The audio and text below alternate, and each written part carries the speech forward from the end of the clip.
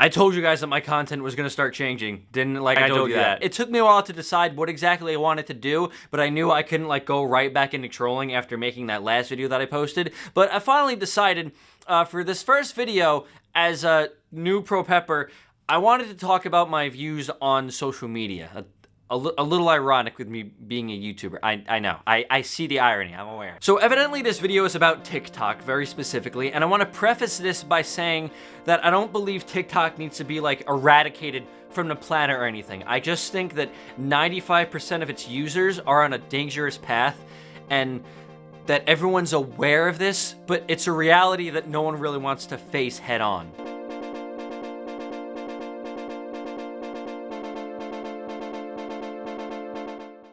So there's a reason I'm focusing specifically on TikTok here, as opposed to anything else, because it is the one app that I think genuinely comes closest to being a form of digitized media that is genuinely addicting. It stimulates our brains more than any other social media app, and it's terrifying because, I mean, what it does is, you know, when you watch a video you enjoy, you get a new spike of dopamine in your brain, and just, I'm not trying to mansplain, but if you don't know what dopamine is, it's what your brain releases every time you get pleasure out of something. You know, it's what allows you to feel good. Like if you crave a kind of food and you go to eat that food, dopamine is released. If you drink alcohol or if you scroll through social media. TikTok is just another way to get us addicted to something without actually having to ingest it. It's almost like you're sitting at a slot machine where you keep scrolling and sometimes you see a video you like, but then you see one that you don't like. And that constant differentiation, you know, the push-pull, if you will, it's called random reinforcement. And that is exactly what keeps you scrolling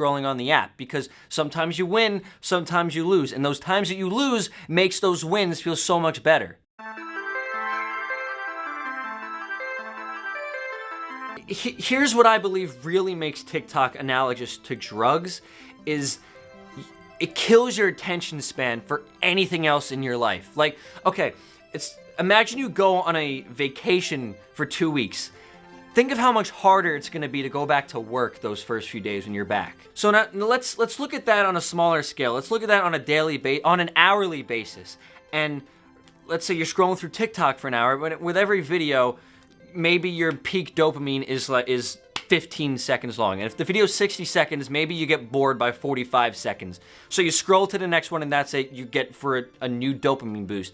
And your brain learns that all you have to do to get that next dopamine boost is to scroll and scroll. And where else can you get that? Where else can you jump from dopamine boost to dopamine boost instantaneously like that, and from anything else that you do other than drugs? I believe that TikTok is, and I want you to know, I'm choosing this word very carefully. I'm not using this word lightly here, but I think TikTok is rewiring people's brains. Because think about it. You could scroll through TikTok for 6 hours and maybe you'll be like bored for a maximum of 30 seconds because, again, you can just scroll and instantaneously find a new video that you think is hilarious. Whereas maybe a 2-hour movie, there's gonna be a few 3 or 4 minute periods maybe for the average person where they're completely bored and, you know, just not engaged with the movie. But again, TikTok, you can just scroll, like, logically, what sounds like the better thing to do, like the more fun thing to do? It's butting into every other aspect of life. You know, people don't want to sit through movies anymore. Songs are getting shorter. Someone actually told me that a 10-minute YouTube video I sent them was too long to hold their 10 minutes. 10 minutes. What do you have to do that you can't sit and watch a video for 10 minutes? Meanwhile, you can scroll through TikTok for 6 hours. I'm exaggerating, but you get what I'm saying. Like, not only does TikTok perfectly capture your attention span, but it almost demands all of your attention, like to the point that every other social media app on the planet is completely copying TikTok, you know, with the shorts and the reels and everything. I want to add a silver lining here though, because, you know, obviously TikTok it's not like you're gonna inevitably get brain damage if you use it. Like, there's ways to use it in a healthier way. I mean, obviously the videos itself are we'll get into that later, but just limit yourself to like an hour a day. Let's say the average video that you watch is 30 seconds long. If you watch every video in full, you've watched 120 videos, and that's only if you watch them in full. Odds are you're watching a lot more than that within the hour. Where else can you watch 120 videos inside of an hour? Have you ever thought about what you look like from a third-person perspective while you're scrolling through TikTok or any social media, you know, whether it's YouTube or Reddit or Twitter, you're looking at every piece of culture ever right in front of you in bright light, and you're sitting there like this.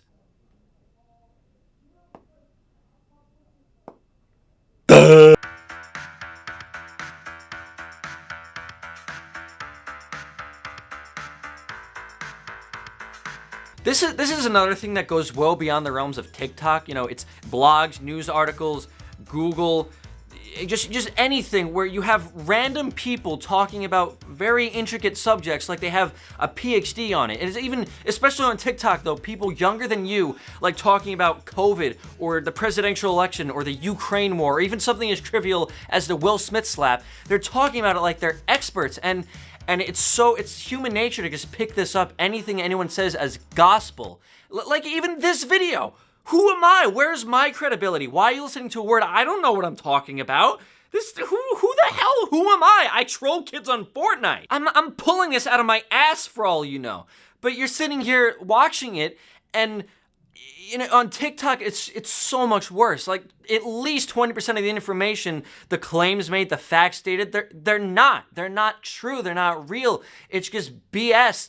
And you sit there anyway and listen to it and believe it because on a very subconscious level, you know, you want these people to put the effort in of doing the research. You want to assume that they know what they're talking about so you don't have to go figure it out yourself.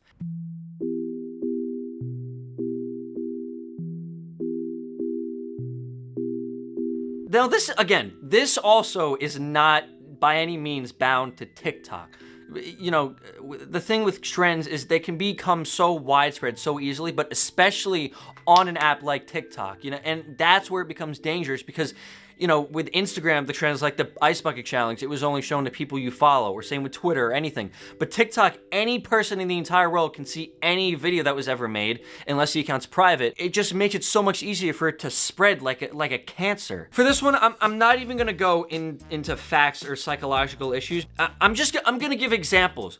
The ice cream challenge, and this was a trend where people would go into stores and lick the ice cream and put it back in the freezer, so that people would go home and have that the Tide Pod challenge, you know, where people would consume Tide Pods. I don't know what is challenging about that. The blackout challenge, to see how long you can hold your breath until you pass out. Toilet licking. Downing 40 Benadryl. NyQuil chicken.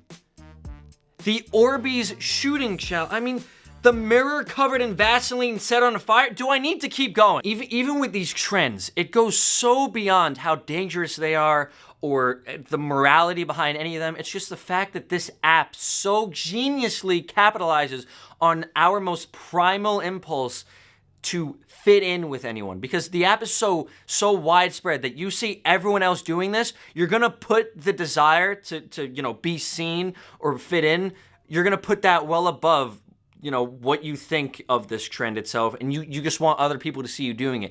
That becomes all that matters. That's what this app makes that about. Again, I don't want this to be a completely negative video. There are ways that TikTok can be beneficial, you know, like there can be informative videos or educational videos, you know, if you want to learn a hobby like playing the guitar, playing the piano, singing, dancing, anything like that. That was a lot of musical stuff. You know, it's just a matter of how we use it and how we manage our time on it, because if you let it, you don't have to sit there for hours on end on it. You can do something meaningful with that time, but it's so easy not to, and I get that, but you know, in the long run, I promise you'll regret all the time you spent on TikTok. Supposedly in China, TikTok is nothing like the way it is here in the States, is that it only shows informative content, educational content, and I'm not saying that's what TikTok needs to become, but I'm saying that, like, it doesn't have to just be a time waster. The point I want to stress is,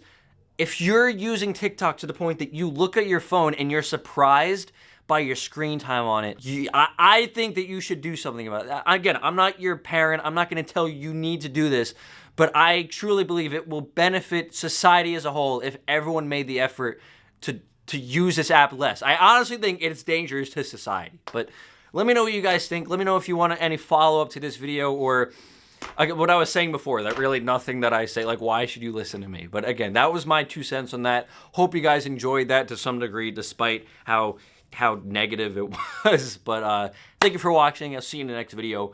Peace.